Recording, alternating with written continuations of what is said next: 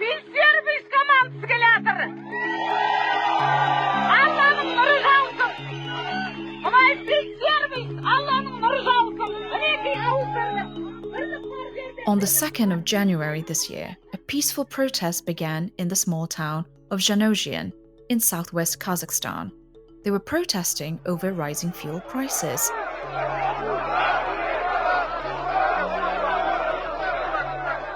Soon, protests began to spread across the country.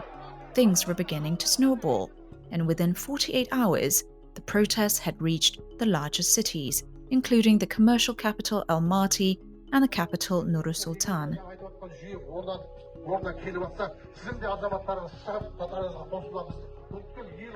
Protesters were now beginning to ask for political change in the former Soviet Republic.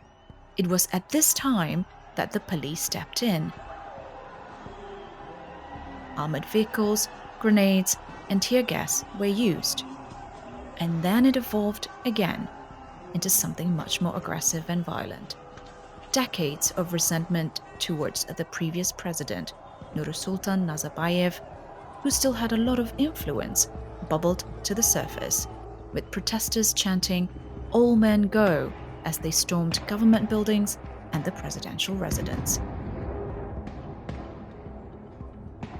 By January the 7th, just 5 days after it all started with a small peaceful protest, President Tokayev ordered national forces to shoot to kill without warning, claiming that 20,000 bandits were ready to attack the city of Almaty and that a countrywide coup had to be stopped. By the end of the day, the Interior Ministry revealed that at least 163 civilians and 17 police officers had been killed, and that almost 2,000 people were injured. Nearly 10,000 were arrested in connection with the deadly riots. So how did the peaceful protest over fuel price rises escalate so quickly?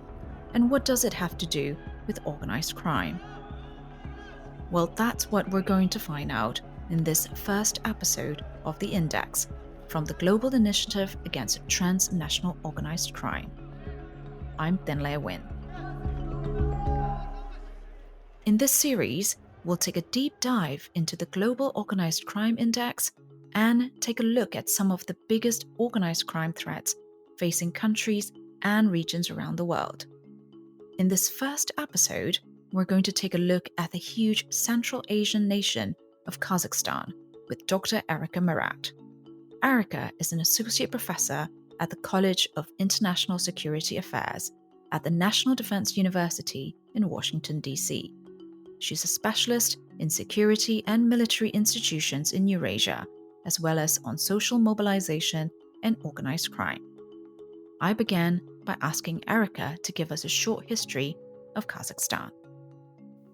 Kazakhstan is one of the largest countries in the world. It is, in fact, ninth largest country in the world. It is almost the size of India and Western Europe, but it is also sparsely populated. Only 19 million people live in Kazakhstan.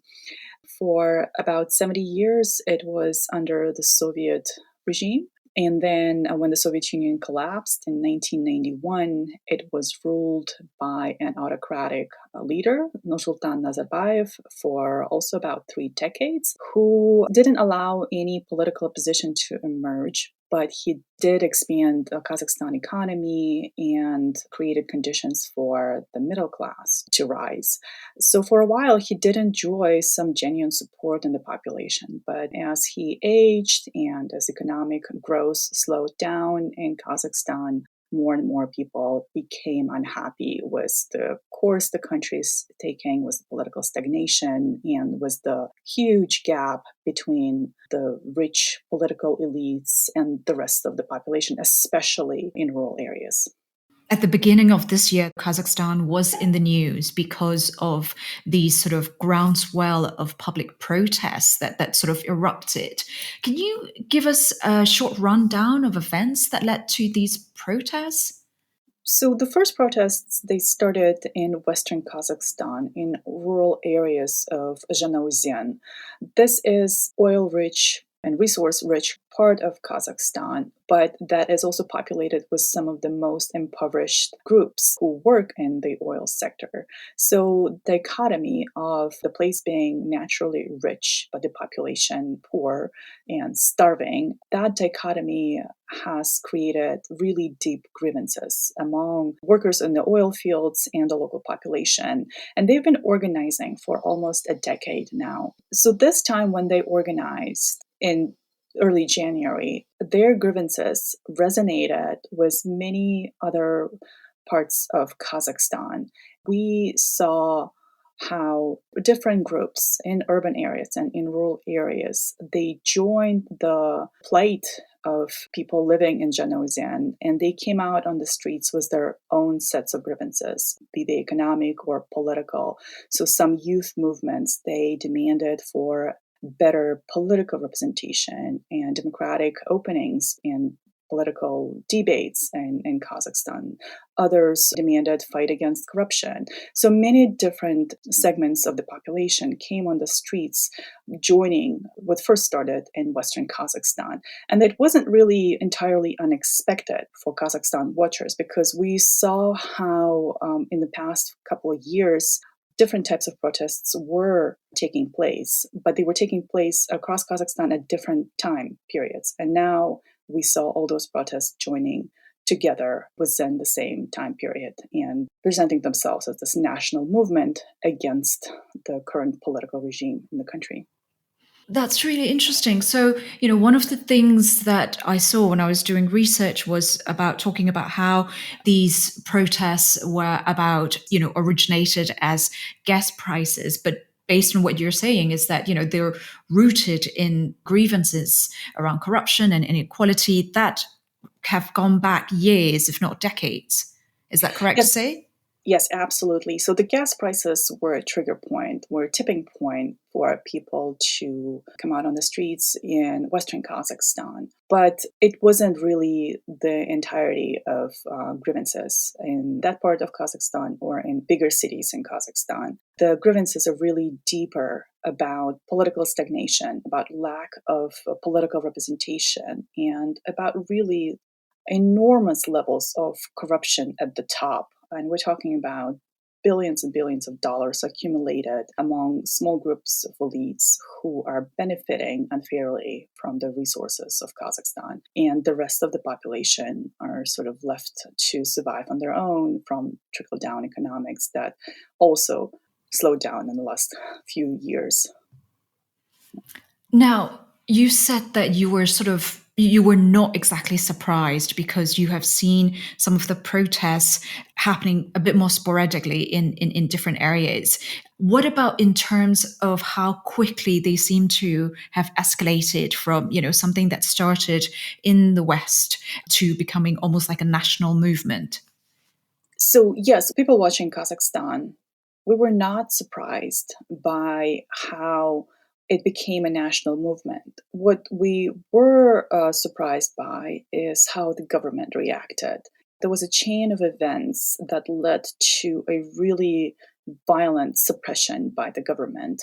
What started as a peaceful movement in this large country, really sparsely populated, as a peaceful movement for change, we thought that it would continue for some days and maybe weeks because it was a non-violent mobilization of regular citizens, ordinary citizens. But then it was hijacked by provocateurs, especially in Almaty city. It's the largest and the wealthiest city in southern Kazakhstan.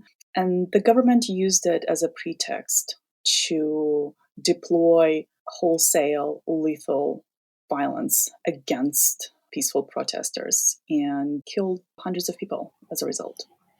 Before we go on to the government response, I actually want to touch on what you said just now about the, provocateurs.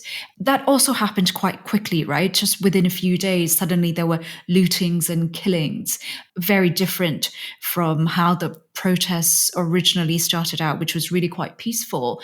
Do you remember how it changed so suddenly? What's your analysis of how it turned from this peaceful protest into this violent uprising?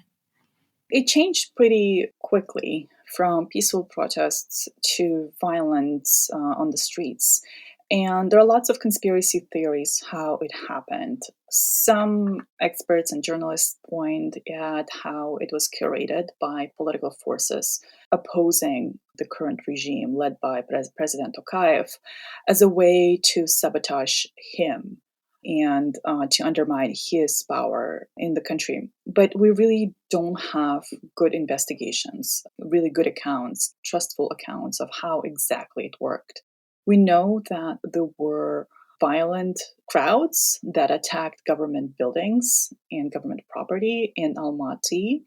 They were then joined by looters who looted private businesses, offices, and shops in Almaty. And it all looked really scary because it felt like the city was not under the control of the government. And so the state lost the control of the city, and those criminal and violent groups were ransacking the city. So it was really, really scary in the beginning of January. But it's also important to note that very often mass protests are accompanied by looting, especially if those mass protests are not, they don't have one leader or a unifying movement that can coordinate everyone who joined mobilization. So it's a little bit of both. It's probably there has been a coordinated dispatch of violent mobs to provoke chaos in Almaty, but then there were just chaotic crowds who use this moment of lawlessness to attack businesses and to loot. So a little bit of both. But again, we don't have clear accounts and independent investigations of what exactly happened. And that complicates our analysis at this point. Do you have any idea as to why there hasn't been any detailed investigation analysis on who these people are and what their motivation may be? Is it just the political landscape of Kazakhstan that things are quite secretive and it's difficult to sort of find out who's who? Yes, the political landscape and the political modus operandi by the ruling regime in Kazakhstan is to be secretive and to dispatch the top down narrative about what happened. And Tokayev tried to maintain this discourse of 20,000 terrorists in order to justify, frankly, an overreaction to this mass mobilization in Kazakhstan. He ordered to shoot without warning to anyone who was on the streets. During the days of chaos, he dispatched armed police against protesters. And contrary to all expectations that Kazakhstan's regime is not as brutal as some of the other post-Soviet autocracies like Belarus, for instance, or Russia, no one really expected that Tokayev would be so ruthless against protesters. That instead of, let's say, arresting looters and provocateurs, he chose to resort to lethal force. And most of the people who died, they were just bystanders. There were people who went about their ordinary lives. There were children, a couple of children who were killed by government forces.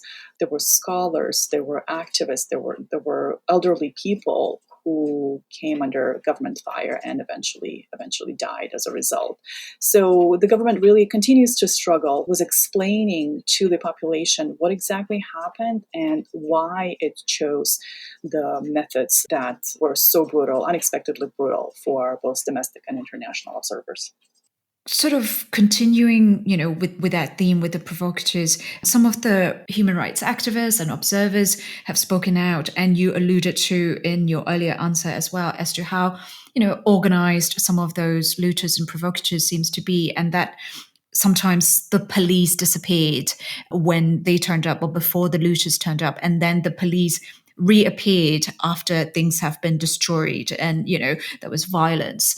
Is it possible that there is some sort of collusion, that perhaps there might be some elements of organized crime syndicates that might be involved?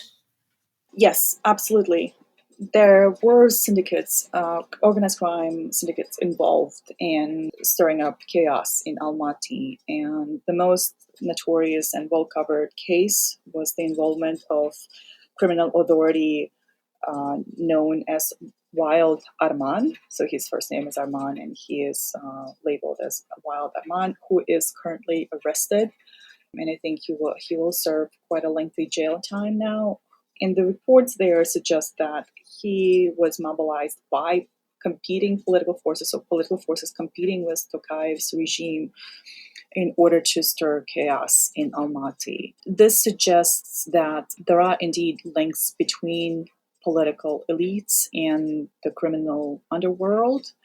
And those links are currently reshuffled, and they're changing in the aftermath of this violence, this shocking violence. So we see that the current government is trying to limit the activity of criminal authorities. We know another criminal authority, he's known as Serik Galava, or Serik Head. He is known as a thief in law.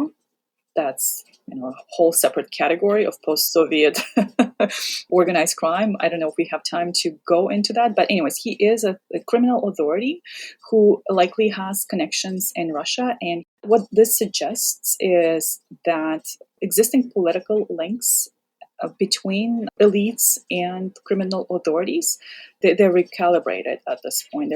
They're changing in the aftermath of the mass protests, and we don't know what kind of shape it will take in the coming weeks and months. But I think there will be changes. But we also know from Kazakhstan that links between the state and the criminal underworld, they exist on different levels. They exist on just level of rank and file police officers dealing with street criminals and providing protections to street criminals. And likely there are also more top level connections, informal connections, and provision of protections by government elites, political elites, to larger criminal syndicates who in turn have connections with the Russian criminal underworld. So these links do exist. I think, again, they are recalibrated at this point, but nevertheless, in a country with really abundance of natural resources, political elites still do maintain connections with the criminal underworld. What you've just said actually fits very neatly or underlines the findings from the Global Organized Crime Index, which measures levels of organized crime in a country and then assess their resilience to organized criminal activity. Their finding was that in Kazakhstan, state-embedded actors are the most influential criminal actor type in the country. And based on what you just said, it does sound like, there are multiple levels, but they seem to different groups of state embedded actors work with different groups of criminal and organized crime syndicates. And they've sort of become part of this political play in the protests. Yes, that is correct. I don't think that criminal authorities had a big involvement in other parts of Kazakhstan in January. I think the center of political and criminal nexus was in Almaty. But the overall description that state-embedded actors collaborate with criminal authorities, it is accurate. What is important to note is also that aside from political connections with the criminal underworld, there's lots of criminal and corrupt activity that takes place in the government when it comes to smuggling of natural resources or just the general kleptocracy surrounding natural resources in Kazakhstan. So that is to say that the criminal underworld does play a role in Kazakhstan, but it's not as prominent as in other parts of Central Asia because there are so many other sources of rents for state actors in Kazakhstan. I'm comparing Kazakhstan to countries like Tajikistan or Kyrgyzstan, where, for instance, drug trafficking is the biggest source of rents for local politicians and state actors. In Kazakhstan, drug trafficking is a source of rent. So drugs coming from Afghanistan, heroin and opiates coming from Afghanistan, and then going to Russia. It is a source of rents, but there are many other different types of rents existing in Kazakhstan as well. And that allows state actors to engage in criminal and corrupt activities without necessarily the involvement of the criminal underworld. But again, there are connections still, and there are several major criminal groups, organized criminal groups that are functioning in Kazakhstan. And the important quality of those groups is that they do have transnational connections and they do facilitate trafficking of illicit goods through the territory of Kazakhstan as well. I have a few follow-up questions. One is, you were talking about how a lot of organized crime and corruption in Kazakhstan is linked to its natural resources. Can you talk a little bit about what kind of natural resources they are and how they're linked to these illegal activities? Kazakhstan prides itself for containing the entire periodic table on its territory as being one of the few countries in the world to do that. But of course, its most lucrative sources of natural resources is oil and gas on the Caspian shore. But Kazakhstan is also a major producer of uranium, of agricultural products, of different precious metals. So it's an exporter of many different natural resources. But I think still the biggest source of enrichment for the Kazakhstan elites is the energy sector. Another important part of Kazakhstan economy is that it's a transit country for China's Belt and Road Initiative, connecting China to Europe through Kazakhstan, and it's a major partner for China in that way. And its Customs and Border Control Agency is another lucrative source of informal enrichment for Kazakhstan's elites. And the reason why customs is an important source is because, like you said earlier, it's because it's sort of like an transit country. Would you say it's an important transit country for illicit goods? Corruption in the customs service across former Soviet space does not necessarily have to just rely on illicit goods. It is any kind of transit of licit or illicit goods creates opportunities for bribes and informal protections. Some goods are not declared properly or may contain some illicit products as well. And this is a known practice across former Soviet space. And I think for Kazakhstan, this is yet another source of elite enrichment because of the significance of the checkpoint between China and Kazakhstan, the largest checkpoint, Khorgos, between China and Kazakhstan, that connects China to Europe, to London via railroad. We know from journalistic investigations that Kazakhstan elites, including former President Nazarbayev's family, enjoy informal access to rents from that checkpoint. And when we say illicit goods, I mean, I'm assuming, we mean quite a wide range from things like drugs to oil, alcohol, consumer goods, right? It pretty much encompasses different types of goods. Yes, absolutely. It encompasses all types of goods, but specifically, of course, drugs. Drugs coming from Afghanistan, especially heroin. In the case of Central Asia, the most largest shipments of heroin from Afghanistan, they pass Central Asia undetected in collaboration between various state and non-state actors involved in coordinating those large shipments. And from time to time, we hear shipments as big as 400 kilograms of heroin, amounting to about $20 million being interdicted in one of the countries. But those reports are rare, and that suggests that large shipments of heroin and opiates from Afghanistan, most of them go unobstructed across Central Asia.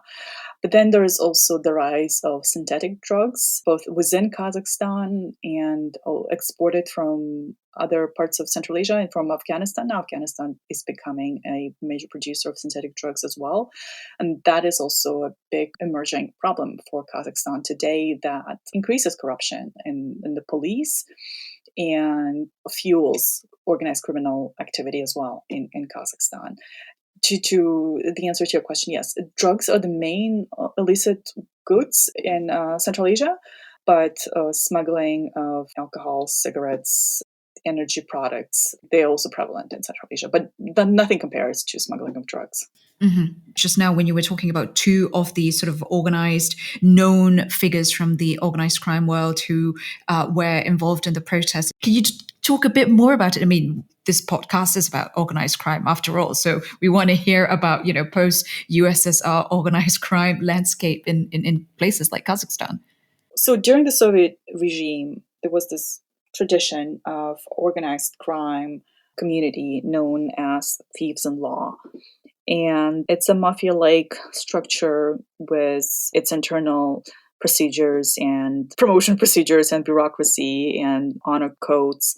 And that tradition outlived the Soviet regime, and it continues still today that Russian criminal groups in Russia, they promote various criminal syndicates from former Soviet space as the heads of criminal underworld in those countries. So let's say there would be a thief in law or thieves in law for Uzbekistan or for Georgia, for Ukraine, for Kyrgyzstan, and those thieves in law are crowned in Russia by thieves in law in Russia.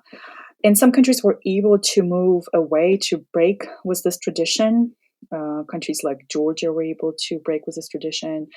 I think in Tajikistan, thieves in law don't have the same influence as they used to in the Soviet regime, but the reasons for that are different. It's the civil war in Tajikistan in the 80s that severed those connections. But in Kazakhstan, there are still thieves in law with strong connections to their Russian counterparts and to their Central Asian counterparts. They are not as dominating against the state as, let's say, in Kyrgyzstan, because the state in Kazakhstan is still very, very strong. It is a capable state that is able to prosecute criminal authorities, and it's doing so in the aftermath of January protests as well. But there continue to be other criminal groups that are not yet targeted by the state. We don't see any signs of state repressing them. Now, one of the things that the Global Organized Crime Index said about Kazakhstan was that, that the country is party to all the relevant treaties that pertain to organized crime. It has bilateral extradition agreements with quite a lot of nations, and so it has international commitments as well as sort of domestic legal legislation to sort of deter organized crime. Do you think the current situation, that those international as well as domestic legislation and agreements, do you think that's sufficient to actually respond to the threat of organized crime in Kazakhstan? Yes, I think Kazakhstan does care about its international image and abiding by the international agreements that it's part of now. But the dynamics for suppressing organized crime is really domestic. The reasons for suppressing organized crime are more domestic than international pressure. It is more about inter-elite struggle and Tokayev's regime now trying to establish his political regime, frankly, because Tokayev has been in power only for 3 years and he still needs to gain the support and try to become as domineering of a leader as his predecessor. So his governments and his regimes moves against, policies against the criminal underworld and especially bigger criminal organizations, it will really be preconditions on how he is trying to establish himself, emerge as a national leader.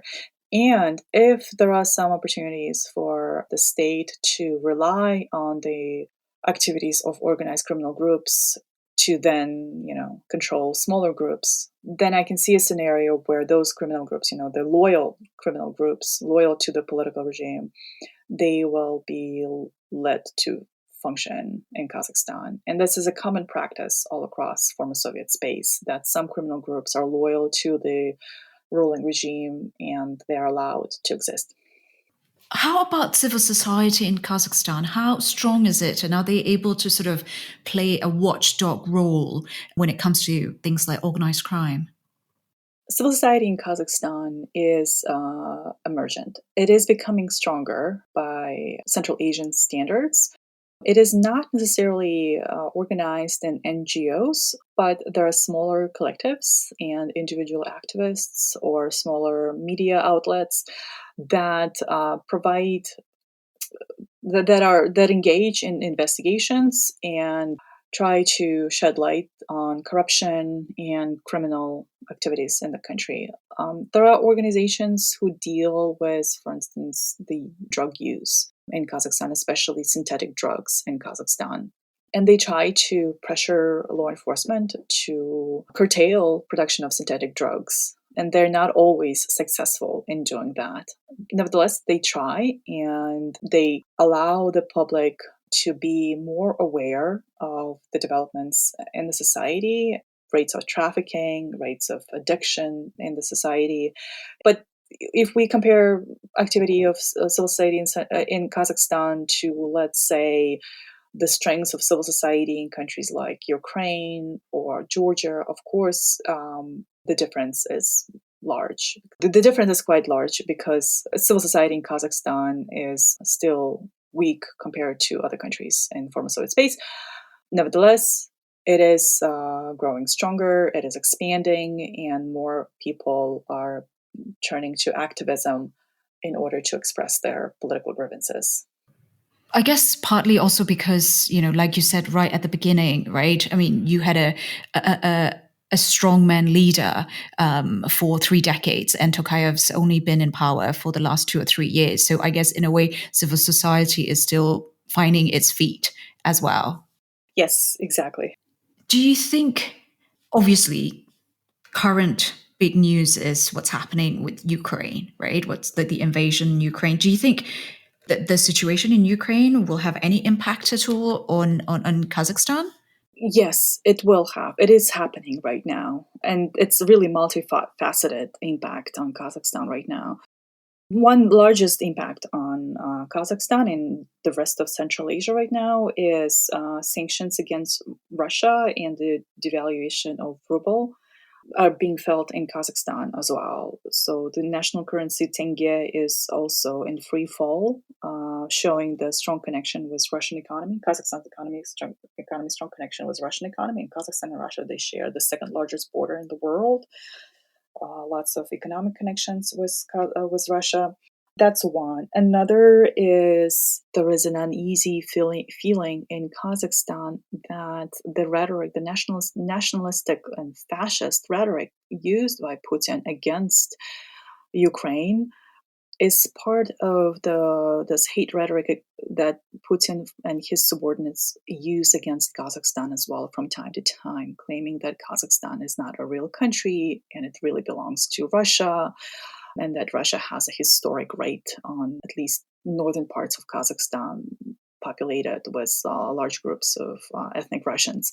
So there is this unease in Kazakhstan about what's next, what's after Ukraine if Putin is able to stay in power and succeeds in Ukraine, which we'll see if that actually happens and in what way. But there is an uneasy feeling in Kazakhstan that Kazakhstan might be next in this rhetoric of hate and restoration of the Soviet regime by Putin. So that's another way that developments in Ukraine are impacting Kazakhstan. And then finally, also, we saw some reports of Russia approaching Kazakhstan with a request to deploy military contingents from Kazakhstan to Ukraine. We don't know exactly if Russia did in fact approach Kazakhstan. We only saw NBC in the United States reporting that it in fact did.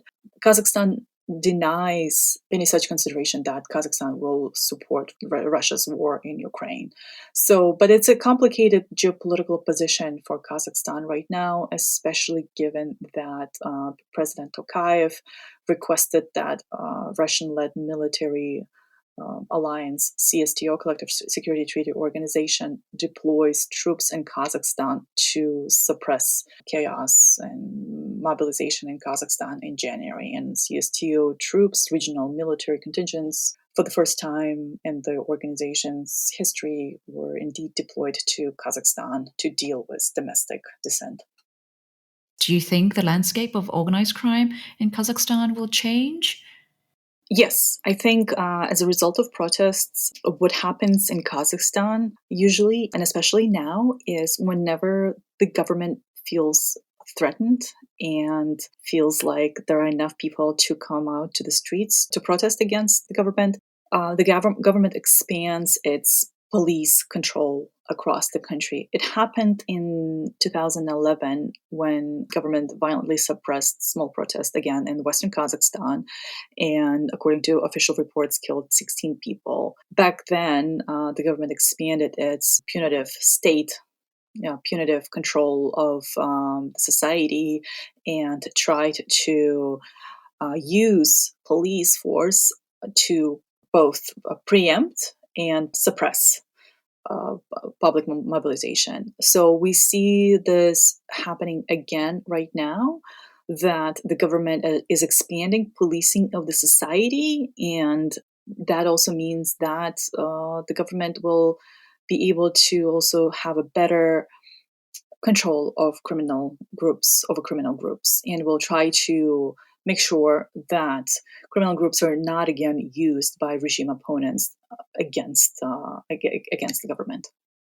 I guess last question is, do you have any advice then for international organizations or neighboring countries who might be concerned about the organized crime activities in Kazakhstan? I mean, what advice would you give to them in dealing with these issues in the near future?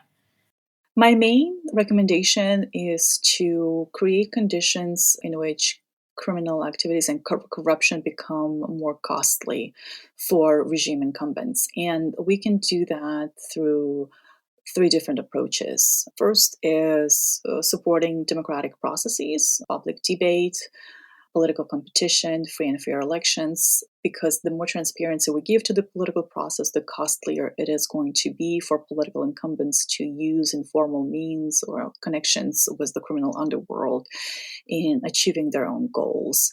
Second is to expand sanctions on corrupt and kleptocratic elites who may or may not rely on organized crime, but still engage in criminal activities within the state as being part of the state. So expand sanctions and freeze assets, especially in Western countries, that is an effective tool against kleptocracy and corruption in countries like Kazakhstan. And then finally, I think it's very important to support civil society and especially investigative journalism that can shed light on not only kleptocratic elites, but also organized crime in the country, and show different links that exist between the state, between rank and file police officers, street dealers, street level dealers, or between elite members and political elite members and heads of criminal groups. So investigative journalism is really powerful in Central Asia in spreading awareness in the public and showing through credible reports, through verified reports on the existing links, and thus also, of course, increasing costs of corruption for political incumbents. Let me just add that Kazakhstan has a really robust and capable state, capable institutions that can deal with many different types of organized crime. So the state capacity is not an issue for countries like Kazakhstan. It's a wealthy country with robust state institutions. It all comes down to political will and interest of political incumbent elites to deal with large-scale crime, things like drug trafficking or corruption in border areas, in border checkpoints.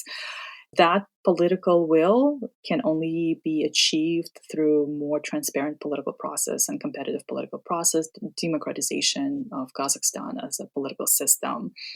And that's, I think, is a tougher challenge for international community than increasing state capabilities that very most corrupt countries usually lack. Thank you so much, Erica, for coming on this podcast. We really appreciate it. Thank you very much for having me on Covering Kazakhstan. Thank you for listening to the first episode of The Index, and to Dr. Erica Murad for joining us today. Now, if you want to read the country profile for Kazakhstan, it's available in the podcast notes, where you can also find a link to the Global Organized Crime Index. The Global Organized Crime Index lists 193 countries around the world and scores their level of criminality and resilience. It's a fascinating resource and can be accessed by anyone. Just head over to ocindex.net. We'll be back in a couple of weeks with the next episode, where we will be discussing conflict and organized crime, the case of Syria. That's it for this episode of The Index from the Global Initiative Against Transnational Organized Crime. I'm Thinlei Win. Thanks for listening.